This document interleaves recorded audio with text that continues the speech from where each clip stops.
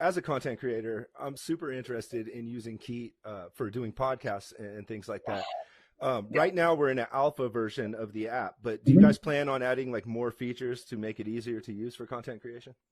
Yeah, 100%. So we want to add basically a thing we call broadcast mode, where a podcaster like yourself could actually just.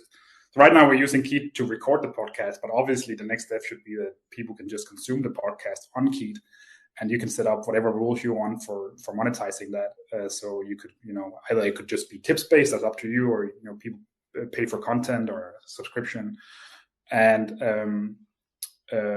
that's like the next steps for that for Keet, and we're working on that right now. I'm actually super excited about that because again, when I look at platforms for content creators, they are almost always focused on like the 1% that's extremely successful, and I think with peer-to-peer and things like Keet, we can start focusing on the rest of the 99%. So like, how can a podcaster or somebody who has like 10 followers but it's like growing still get the same kind of experience as the super mega star 1% in terms of like getting on a platform, making a couple of bucks, getting that endorphin kick that is from like making a little money, putting more, effort into it maybe, or like making more content and kind of like snowballing from there.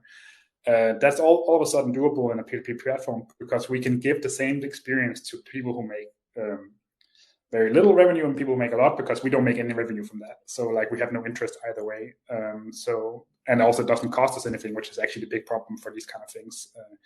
If you think about how much a platform like YouTube loses on somebody who has very little views because they have to upload all the content. So that's why they have to squeeze everybody else. So that's a big part of our mission. And like I said, we're gonna do these broadcast modes where you can basically stream your podcast on Keet.